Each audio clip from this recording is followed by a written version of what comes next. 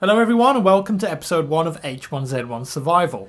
In this episode we're going to cover the basics of survival, crafting, hunting and making fire. You've spawned into the game as a brand new player. What do you do? The first thing we're going to do is craft a satchel and a bow and arrow. Press I to access your inventory and then move your bundle of gauze and flair into your belt pouch. Now right click on your t-shirt and shred it. This will give you 4 scraps of cloth. Move them into your belt pouch as well. Next we're going to shred our jeans to give us 4 more scraps of cloth. Click on the crafting tab to see our craftable items so far. We can discover new items to craft by finding out the correct ingredients and placing them in the discovery boxes. Drag the 8 scraps of cloth in and we can discover the satchel. You'll need at least 6 scraps of cloth to get the discovery option to appear. Click on crafting and then go ahead and actually craft yourself a satchel. This item is going to give us 300 slots of bag space to store items on our person. Next we're going to make bow and arrows to defend ourselves with. Collect some wood sticks by pressing E when you are next to these small trees or bushes. Dragging the wood stick into the discovery box will show us that we can create wooden arrows. Dragging in cloth and wood sticks will discover the makeshift bow.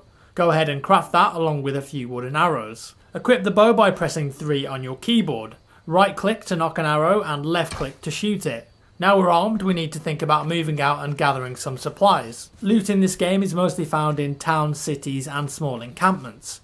Finding a road or a house in the distance should be your next port of call. And if you see any of these blackberry bushes on your travels, make sure to press E next to them and collect them. Blackberries can provide you with a small boost to your hydration and energy.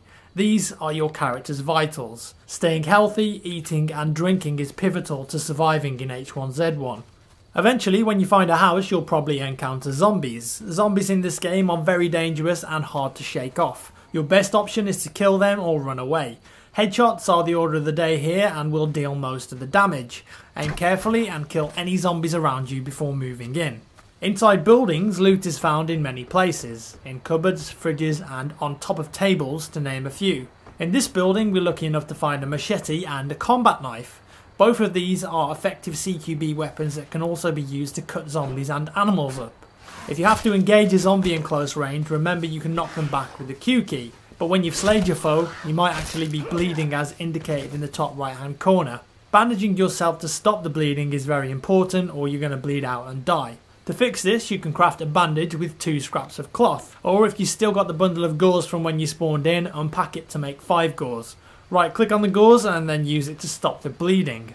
Gauze will also slowly regenerate some of your health over time. In another nearby house we find a wood axe. This can be used to kill and chop down trees for wood logs, which is very important.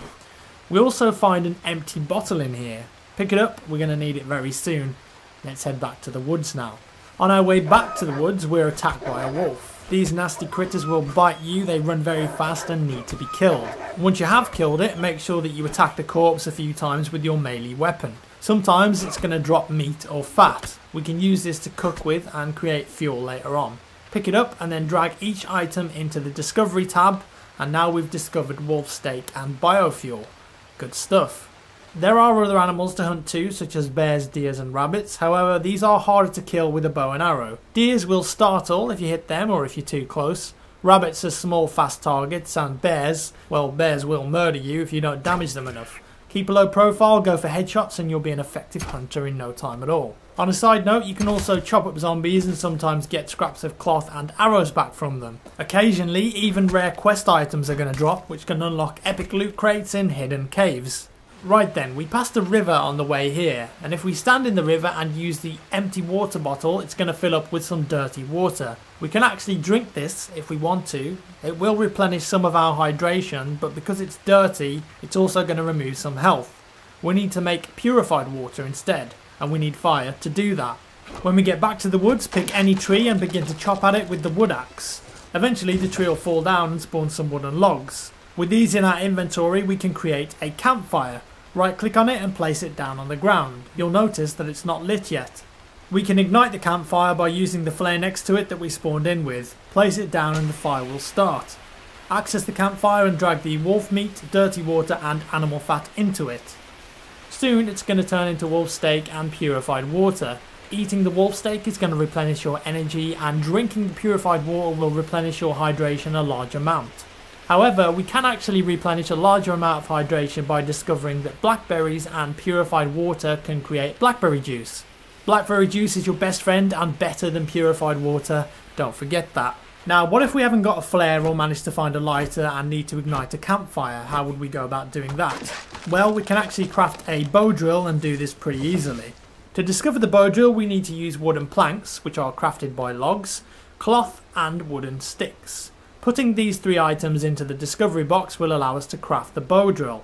Once you have the bow drill, stand next to a campfire that isn't ignited and use it. It'll take a small while, but eventually it will ignite, granting you fire without needing a flare or a lighter.